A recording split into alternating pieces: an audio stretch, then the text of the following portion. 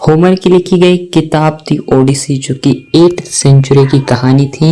इसकी शुरुआत होती है पहले तो इस एक वॉर से, एंड जब ट्रॉय के ऊपर जब हमला होता है एंड आखिर में एक बड़े से घोड़े के अंदर जाकर सारे सैनिक छुप जाते हैं एंड फिर जाकर ये उनको ये उनकी तरफ से हार का ये तोहफा देते हैं, लेकिन इसके अंदर सारे सैनिक छुपे होते हैं एंड फिर जाकर ये सारे के सारे शहर को चलाते हैं। एंड कुछ इस तरीके से ये लंबी 10 साल से चलती हुई इस युद्ध को हमें फाइनली एंड करते हुए दिखाई देते हैं।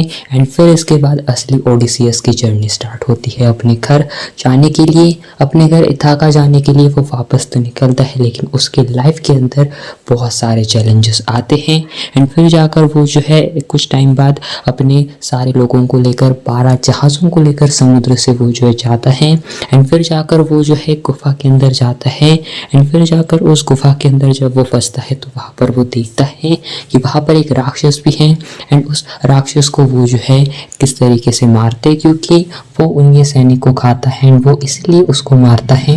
एंड वो कहता है कि उसका नाम है नुपड़ी, लेकिन फिर जाकर वो जो है उसके आँख के अंदर जो है एक भाले से वार करते हैं। एंड फिर जाकर आखिर में जब ओडिसीयस अपने सारे सैनिकों को लेकर वहाँ से निकलता है तो आखिर में वो एक गलती करता है कि वो अपना नाम बताकर जाता है एंड वो कहता है कि मैं हूँ ओडिसीयस। एंड फिर जाकर जब उस राक्षस को गुस्सा आता है तो वो अपने फादर से कहता है कि वो जो है चाहता है कि ओडिसीयस कभी भी अपने घर ना वापस जाए एंड उसके पिता होते हैं समुद्र के देवता।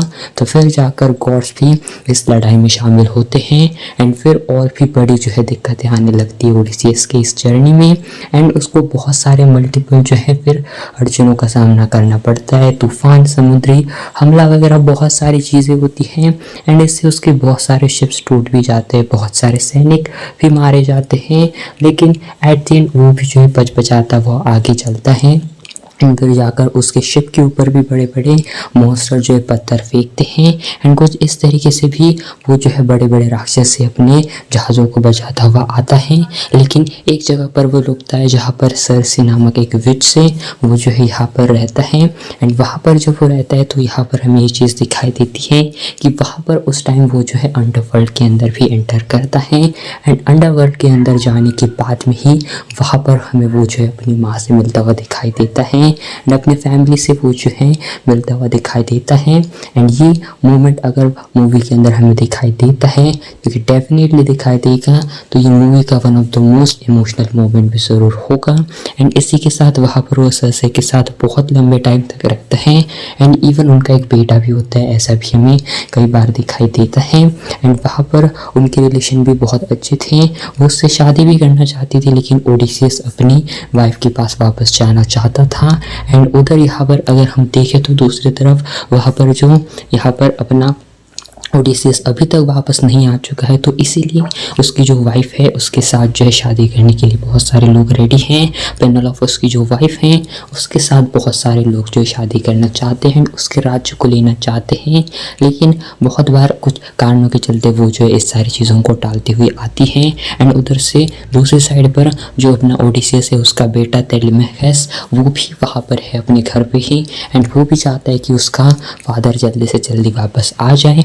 लेकिन एट द एंड यहाँ पर हमें ये भी दिखाई देता है कि अब फाइनल देवताओं को भी उसके ऊपर बहुत सारा अब जो ट्रस्ट आ चुका है एंड वो भी अब ओडिसीयस की जर्नी को जो है अब एंड करता हुआ देखना चाहते हैं। इसीलिए हमें ये दिखाई देता है कि वो फाइनली उसको घर भी पहुँचा तो देते हैं, लेकिन उसको जो है देते हैं एक भिखारी का रूप, एक बहुत ही ओल्ड एज मैन का रूप। एंड फिर जाकर हमें ये दिखाई देता है कि जो इथाका जगह है वहाँ पर हमें ये एक सेरेमनी दिखाई देती है जहाँ पर जो भी ओडिसीयस के धनुष को उठाएगा एंड उससे तीर चलाएगा, उस बंदे के साथ पेनेलोपे जो है हमें शादी करते हुए दिखाई देगी, जो कि पेनेलोपे जो कि वाइफ है अपने ओडिसीयस की।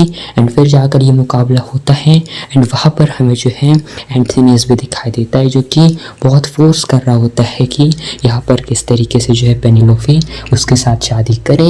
एंड फिर जाकर जब ये मुकाबला होता है तो कोई भी उस धनुष को उठा नहीं पाता, लेकिन आखिर में हमें ओडिसीयस वहाँ पर आता हुआ दिखाई देता है अपने उस एक बूढ़े रूप के अंदर। एंड फिर जाकर वो धनुष चलाता है एंड फिर जाकर वो सबके सामने आता है कि वही है ओडिसीयस। एंड ये 10-20 साल की पूरी जो जर्नी बताई जाती है ओडिसीयस की वो हमें दिखाई देती है।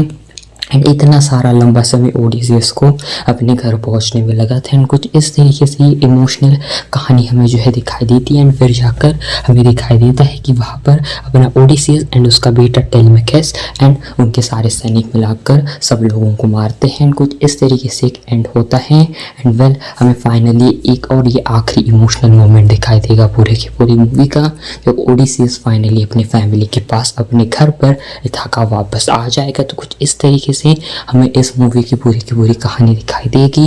एंड ये थी पूरी की पूरी ओडिसीयस की जर्नी अपने घर जाने की। लेकिन अब जब इसका पहला टीजर आ चुका है, जो कि पूरा का पूरा एक बहुत कमाल का पूरा ये हमें शॉट दिखाई दे रहा है, डेफिनेटली मज़ा बहुत आएगा।